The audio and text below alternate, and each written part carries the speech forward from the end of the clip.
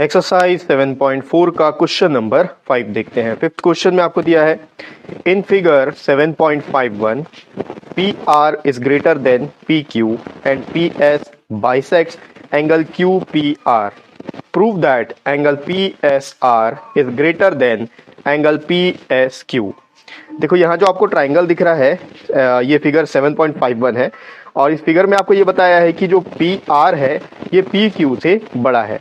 इसके बाद आप देखोगे कि एक लाइन है पी एस, तो ये जो पी एस है ये एंगल पी को बाइसेक्ट कर रहा है, यानी कि एंगल पी को दो इक्वल पार्ट में डिवाइड कर रहा है।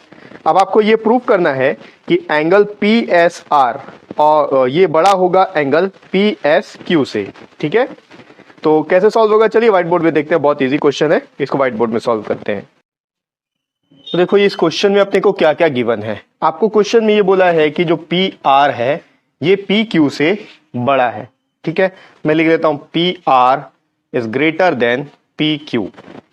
और एक चीज बोला है कि ये जो पी एस है ये एंगल पी को या क्यू पी आर को बाइसेक्ट कर रहा है, यानी कि एंगल पी को बाइसेक्ट कर रहा है।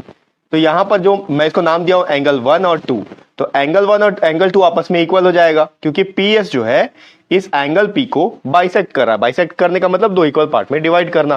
तो मैं लिख सकता हूं angle 1 is equal to angle 2 because P S bisects angle P या फिर एंगल क्यू पी आर, आप पूरा लिख सकते हो। ठीक है, अब आपको यहां पर ये प्रूव करना है कि angle P S R is greater than angle P S Q, यानी कि पी एस आर देखो ये वाला जो एंगल है ये इस एंगल से बड़ा है, ये आपको प्रूव करना है। इस ट्राइंगल में ये वाला एंगल और इस ट्राइंगल में ये वाला एंगल है, तो ये एंगल इस एंगल से बड़ा है, ये प्रूव करना है।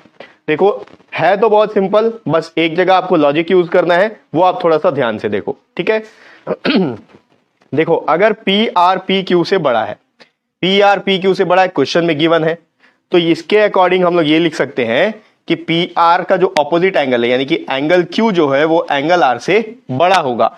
इसका ऑपोजिट एंगल ये, इसका ऑपोजिट एंगल ये साइड बड़ा है तो ये एंगल बड़ा होगा।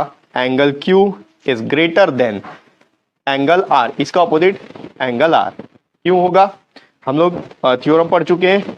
Angle opposite to longer side is greater.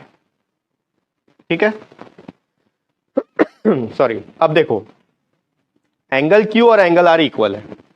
अगर मैं इसमें दोनों साइड एंगल 1 को ऐड कर दूं, अभी इसको ध्यान मत दो, मैं अगर कुछ ऐड कर दूं दोनों साइड सिमिलर चीज, तो इसमें कोई फर्क नहीं पड़ेगा। देखो 5 जो है ये 3 से बड़ा है। अगर मैं दोनों साइड में 2 ऐड कर दूं, 5 + 2 इज ग्रेटर देन 3 + 2, तो ये कितना आ गया 7 इज ग्रेटर देन 5। क्या इन दोनों में कोई फर्क पड़ रहा है? देखो सिर्फ नंबर चेंज हो रहा है लेकिन डिफरेंस में फर्क नहीं है। यहां पर ये 3 से कितना बड़ा था, 5 जो है 3 से कितना बड़ा था, 5 - 3 डिफरेंस 2 का था। यहां पर भी 7 - 5 डिफरेंस 2 का आ गया। इसका मतलब इस साइड अगर कोई नंबर आप ऐड करो वही नंबर इस साइड भी ऐड कर दो तो इसमें कोई फर्क नहीं पड़ने वाला। ठीक है, तो यहां पर मैं एंगल 1 को ऐड करूंगा, ये हो गया angle Q plus angle 1 is greater than angle R plus angle 1। इसके पहले आप लिख सकते हो एड एंगल 1 बोथ साइड्स। ठीक है, मैं ब्रैकेट में लिख रहा हूं, आप चाहो तो इससे पहले लिख सकते हो। अब यहां पर देखो एंगल 1 एंगल 2 के इक्वल है, ये हमने शो किया है। तो एंगल आर, अगर आप एंगल आर को देखोगे तो एंगल आर इस वाले ट्राइंगल में आता है। ठीक है, इस वाले ट्राइंगल में हमारे पास एंगल 2 है, तो मैं क्या करूंगा एंगल 1 को एंगल 2 से रिप्लेस करूंगा। क्यों? क्योंकि एंगल 1 और एंगल 2 तो इक्वल है, तो मैं इसको लिख सकता हूं angle Q plus angle 1 is greater than angle R plus angle 2। ठीक है, अब थोड़ा सा आपको ध्यान देना है पहले अपन ये वाला ट्राइंगल लेते हैं, ये वाला ट्राइंगल, ये ट्राइंगल है पी क्यू एस। अब ये आगे भी बढ़ रहा है तो इसको मैं आगे बढ़ा देता हूं। अब अगर इस ट्राइंगल को आप देखोगे तो ये जो पोर्शन है ये एंगल इस ट्राइंगल का एक्सटीरियर एंगल है। ठीक है, ये पॉइंट आर है। ठीक है, तो एक्सटीरियर एंगल प्रॉपर्टी के अकॉर्डिंग जो एक्सटीरियर एंगल होता है किसी भी ट्राइंगल का, वो उसके इंटीरियर ऑपोजिट एंगल्स के सम के इक्वल होता है। तो इस एंगल का ऑपोजिट एंगल कौन सा है? ये वाला और ये वाला। इसको हमने नाम दिया है 1 और इसको तो कोई नाम नहीं दिया, जो भी है, ठीक है।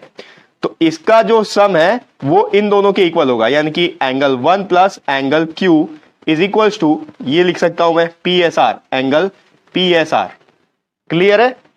ये एक्सटीरियर एंगल है, इसका जो ये किसके इक्वल होगा? इन दोनों के सम के बराबर। तो एंगल 1 एंगल Q, इन दोनों का सम किसके इक्वल? इस एंगल PSR के इक्वल, ठीक है। अब यही चीज अगर मैं इस वाले ट्राइंगल में देखूं तो ये वाला ट्राइंगल इस तरीके से है, ठीक है। ये P है, ये S है, ये R है। और अगर जो इधर एक्सटेंड हो गया, समझ लो ये Q है, ठीक है, Q। मैं इस लाइन को ड्रॉ नहीं किया हूं बस। तो ये वाला जो एंगल है इस ट्राइंगल के लिए एक्सटीरियर एंगल हो गया। अब ये जो एक्सटीरियर एंगल ये किसके इक्वल होगा? इसके ऑपोजिट इंटीरियर एंगल के सम के, यानी कि इसके ऑपोजिट में क्या है? ये और ये। तो यहां पर एंगल 2 है, तो मैं लिख सकता हूं angle 2 plus angle R is equals to PSQ, angle PSQ, ठीक है। कुछ गलत नहीं है एक्सटीरियर एंगल प्रॉपर्टी के हिसाब से। अब देखो एंगल Q प्लस एंगल 1 लिखा हुआ है। एंगल Q प्लस एंगल 1 या एंगल 1 प्लस Q एक ही मतलब है, ये आ गया। इसको मैं रिप्लेस कर सकता हूं एंगल PSR से, और angle R plus angle 2, angle R plus angle 2 किसके इक्वल है? एंगल PSQ के, बीच में साइन ग्रेटर देन का। अब ये कैसे आया? आप लिख सकते हो exterior angle property of triangle, ठीक। यही चीज हम लोग को प्रूफ भी करना था कि angle PSR is greater than angle PSQ, ठीक है। तो जो मेन लॉजिक है वो आपको यहां पर एक्सटीरियर एंगल के प्रॉपर्टी में लगाना पड़ेगा, ठीक है। आप एंगल 1 तो दोनों साइड ऐड कर लोगे, उसके बाद एंगल 1 और यहां एंगल 2 भी कर लोगे, क्योंकि रीजन दे सकते हो angle 1 is equals to angle 2, ठीक।